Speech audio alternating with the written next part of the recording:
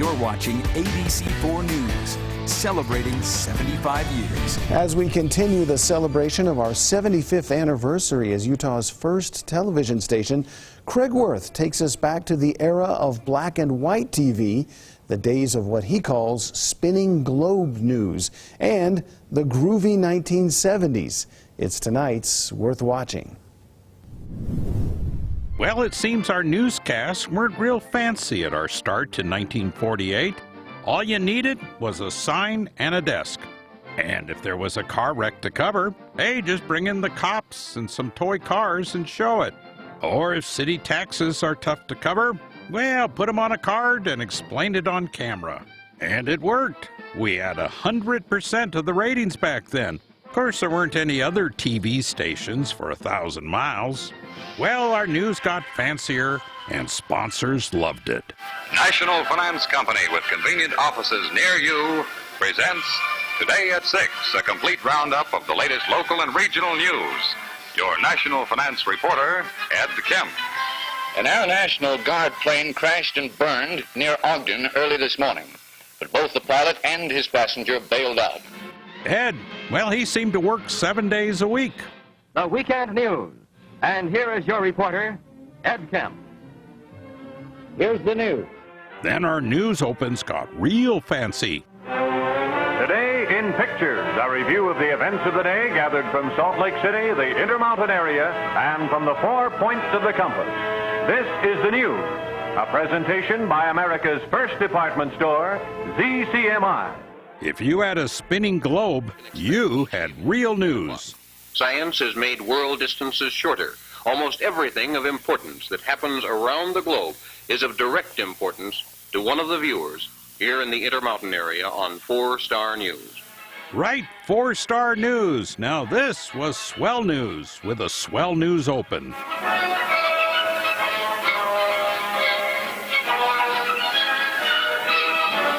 IGA 4-Star News is brought to you Monday through Friday at 10 p.m. by your neighborhood IGA grocer.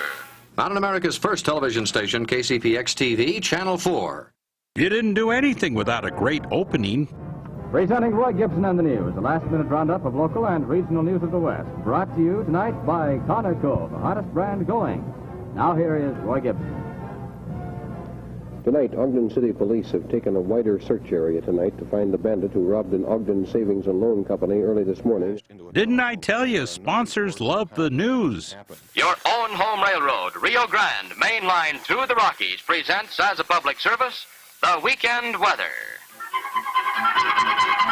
And here is your weatherman, Blaine Scott. All through the West, there were records set, and even right here in Salt Lake City, they had a 78 degrees. TV newscasts were even more swell. And by the late 60s, they were in color. Now those were swell, but then came the groovy 60s and 70s.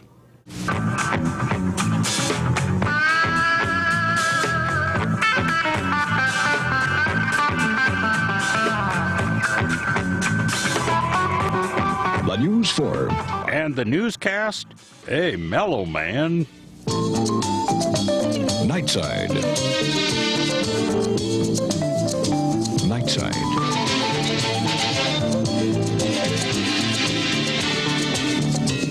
A concise, up-to-the-minute report of the news, weather, and sports. Combine groovy and new technology, well...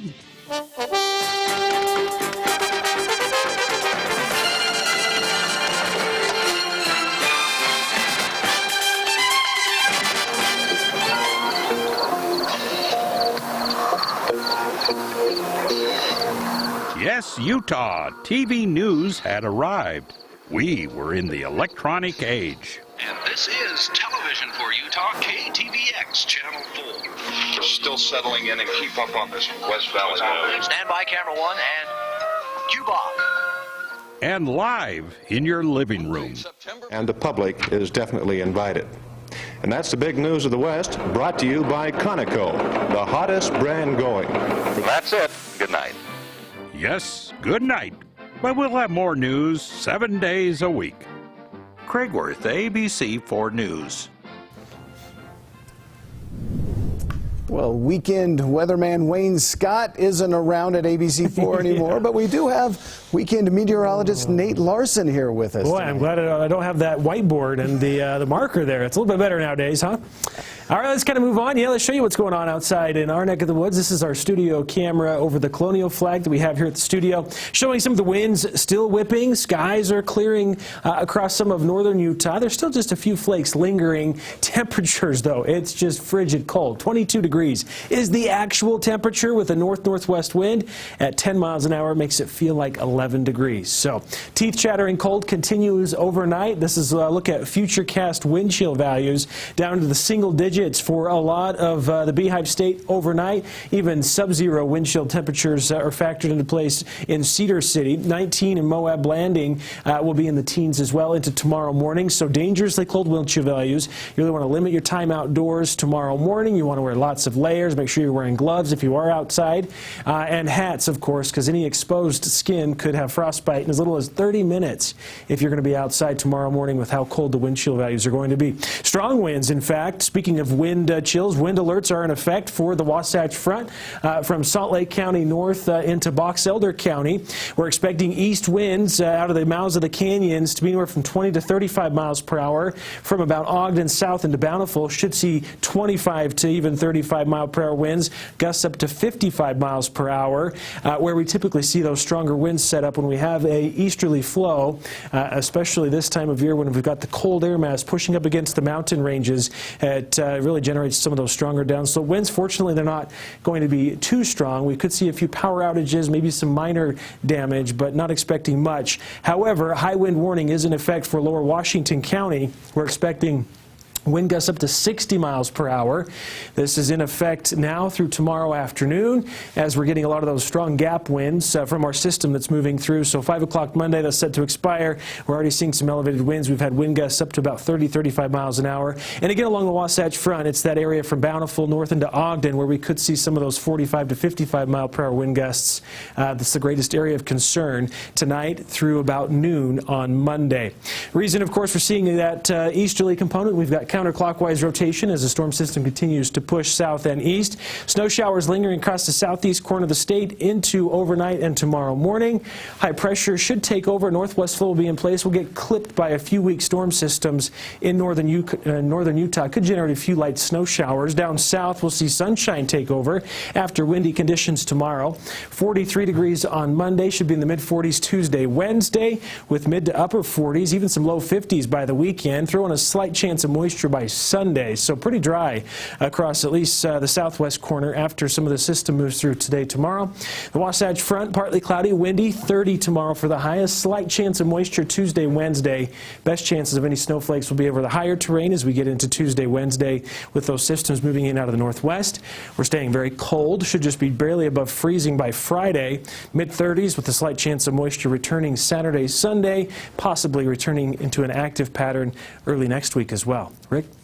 All right, thank you very much, Nate. Well, ABC4's Sports' Dana Green is here, and sticking with the theme of four, we're down to the Final Four in the NFL. That's right. The Super Bowl is right around the corner, and the Bengals and 49ers are both now one win away from the big game. Show you today's NFL playoff action. Plus, the Red Rocks take on the #1 team in the nation. Can they knock off the defending champs from Oklahoma? That's next in sports.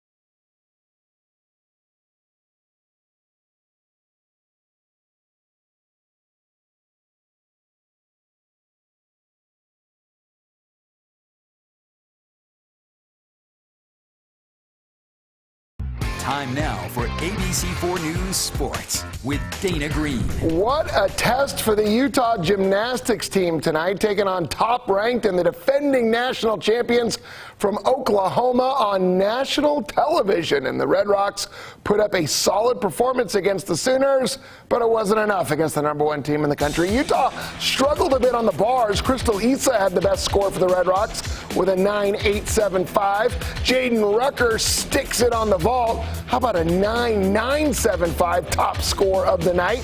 Then to the floor, McKenna Smith with the beautiful pass. She earned a 9.875, but the Olympian Grace McCallum had the best floor routine. How about a 9.975? Nails it. Utah still trailing going into the final rotation. Miley O'Keefe leading the way on the beam at 9.975, but the Sooners didn't let up all night long, and they win it. The final score, 197.925 to 197.275. That's Utah's first loss of the year. They'll next host Washington on Saturday. Well, coming off a tough loss at 4th-ranked Stanford, the Utah women's basketball team bounced back nicely tonight at Cal in Berkeley. Pac-12 Player of the Year candidate Alyssa Peely, how good has she been? Fires off the three. She had 20 points. Deja Young follows suit with another three for the Utes. Utah in control throughout. What a pass from Peely to Jenna Johnson right here. She had 15 points. Utes up by 10. Now Utah playing solid defense as well. Gianna Neepkins with the swat. Get it out. Neepkins doing it on both ends of the court. She hit 4 of 5 from distance, finished with 20 points, uses every part of the rim here. The lead's up to 17. Later, Kelsey Reed with the rebound and the putback, and that pretty much does it for the Utes. The final 87-62. Utah improves to 16-2 on the year. We are down to the Final Four in the NFL playoffs. Let's start in the NFC. San Francisco hosting Dallas, two of the most storied programs in the entire NFL, and a couple of local stars making a big impact. Dallas down 3-0 when Dak Prescott hits former Bingham High star Dalton Schultz, his 3rd touchdown of the playoffs. They missed another extra point, 6-3. Then just before the half, Dallas driving again, but former BYU star Fred Warner comes up with the interception for the Niners, so it's still 6-6 at the half. 4th quarter, it's 9-9 when Brock Purdy rolls out, hits George Kittle, makes the juggling circus catch, a pickup of 31, and that leads to Christian McCaffrey taking it in from 3 yards out to give the Niners the lead for good. The final score 19-12, so San Francisco will play at Philadelphia for the NFC Championship next week. In the AFC, in the snow in Buffalo, great to see Damar Hamlin at the game. He, of course, was critically injured in the first meeting between the Bills and the Bengals, and this was all Cincinnati. Joe Burrow hits Jamar Chase, 28-yard touchdown at 7-0 Bengals. Next possession, Burrow to Hayden Hurst, and Cincinnati's up 14-0 in the first quarter. Apparently the Bengals can't be slowed down in the snow at all. Josh Allen couldn't do much today for the Bills offense. This was the only touchdown of the game for the high-powered Buffalo offense. Made it 14-7, but Joe Mixon ran for 105 yards on this TD to make it 24-10, and the Bengals defense did the rest, holding Buffalo to a season low in points. The final score 27-10. So for the 2nd straight year, it's going to be Cincinnati at Kansas City for the AFC Championship next week. And Utah's own Tony Finau finished strong at the American Express Championship in Southern California today. Finau shoots a final round 66 to finish at 21 under par for the tournament. Sinks the birdie putt here on the 7th hole. And then on the 9th, another birdie for the pride of West High School. If it wasn't for a slow start to the tournament, Finau really would have been in contention to win this thing. He closed the tournament with a 65 yesterday and a 66 today. How about this long birdie putt on 12? And then on 16, Finau almost chips in for the eagle. He had 8 birdies, 2 bogeys, finishes tied for 16th. John Rahm wins the tournament by 1 shot over Davis Thompson. Nice showing, though, for Tony Finau, though. And Rick, coming up in just a few minutes on Real Sports Live, Emily Clark, the great Emily Clark, will join me to talk Jazz, Utah, BYU, Utah State, and the Bees moving. We'll get her take on that, so stick around for that.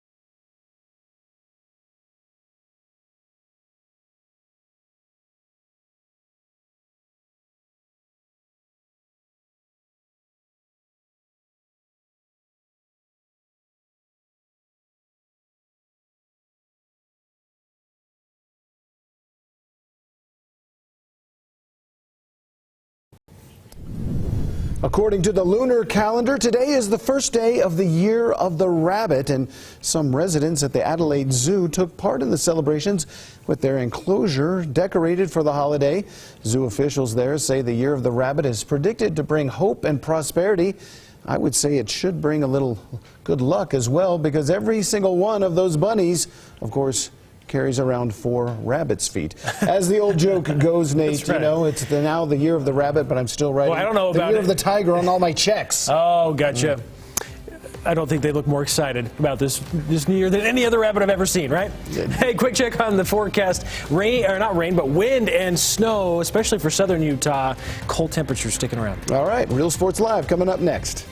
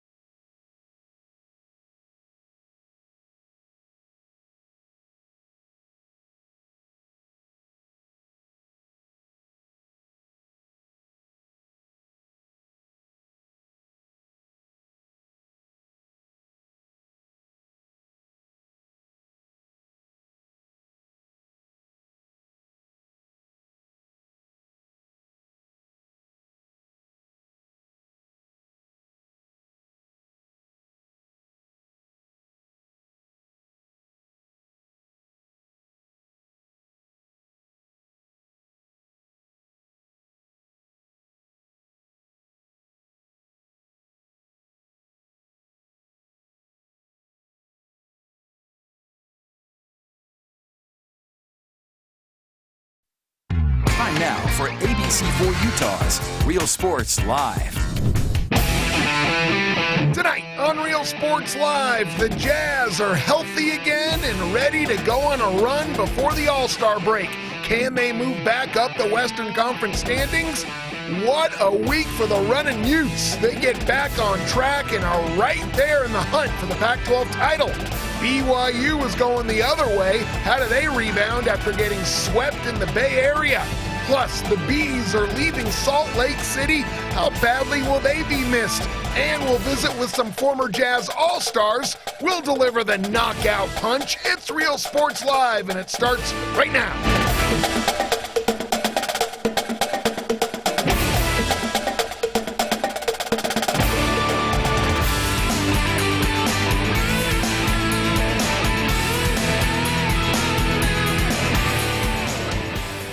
Hey there, everybody. Welcome to Real Sports Live. I'm Dana Green, and I'm once again thrilled to have alongside me tonight the great Emily Clark. Emily, thanks for joining us to talk about sports tonight. You're one of your favorite topics, Thanks, right? I love it. Got a lot to say. We got a lot to talk about tonight. Bees moving, an impressive turnaround for the running Utes. But let's begin with my Utah Jazz. Yeah, they're looking pretty good. Really right? good, Let's yeah. do it. The Jazz almost have their full roster back outside of Kelly Olynyk. And with 6 of their next 7 7 games at home. They could be ready to make a run up the Western Conference standings. Let's take a look back at the entire week. On Monday, Rudy Gobert lasted all of 5 minutes before leaving with a groin injury. Walker Kessler took advantage, becoming the first NBA rookie to have a 20-20 game in 9 years. The other rookie, Ochai Agbaji, had 17 as the Jazz win by 1 point. Then on Wednesday, after so many close games, a much-needed blowout win over the Clippers. Lauri Markkanen returned from a 2-game absence, went off for 34 points, including one of the best dunks of the year. Put this man in the All-Star game.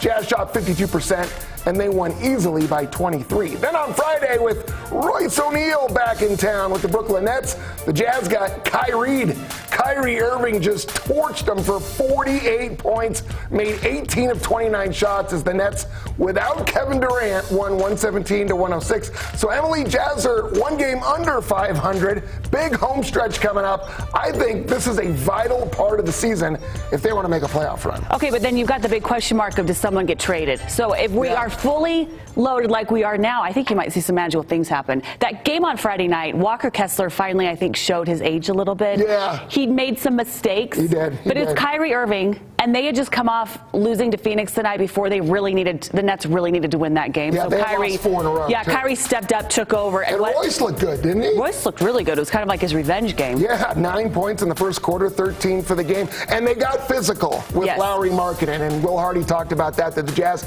need to adjust. I mean, the Jazz are not a physical team. They're more perimeter. They need to get better in transition defense, obviously, but they're going to have to adjust if teams want to get physical. Well, because teams are going to start going after Lauri, right? Yeah. That's the guy. I mean, he's the marked man, so to speak. And we're winning enough that it's like you got to try a little bit if you're going to go to Salt Lake City and play the Jazz. Where before, I think everyone just expected an easy game. Right. I love the way Mike Conley is playing, too. I mean, is he? 34 years old. In his last 4 games, he has 32 assists and 1 turnover. 1! That's incredible. I mean, I don't think he had that kind of stretch when he was 10 years younger. And yes, Kessler and Agbaji, they're going to have moments of brilliance. They're very talented players. But they're very young. They're going to have moments like Kessler did against the Nets. But still, a 20-20 game as a rookie, that happens once a decade. Incredible. And I love how Will Hardy, whenever they talk about Walker Kessler, he just has such an expectation for his rookie. And he says, I get after him. I expect a lot because he can do a lot. So why would I not want him to be what he could be? And I love this coaching staff and the people they retained from last year. Because you know Alex Jensen, who helped Rudy Gobert get where Rudy Gobert is going to be, will help Walker Kessler do that. And Walker's got some skills that Rudy, while he's amazing, he couldn't be offensively productive like Walker can. He's a better player than Gobert offensively. Defensively, not there yet, but he's got But still, he's got time. Okay. I could talk Jazz all night long, but let's move on to some college hoops. And after losing 3 straight games, the Running Utes are back on track. They beat both Washington State and Washington this week at the Huntsman Center. Brandon Carlson was absolutely fantastic this week. The former Bingham High star had 28 points against Wazoo. Carlson made 11 of 12 shots from the field as Utah pulled away for that 77-63 victory over the Cougars. Then last night against the Huskies, Utah dominated the game right from the jump. Gabe Madsen lit it up for 17 points. Carlson adding 25, giving him 53 points in just 2 games. That's a lot. While Raleigh Wooster almost had a triple-double with 11 points, 10 assists, and 9 rebounds.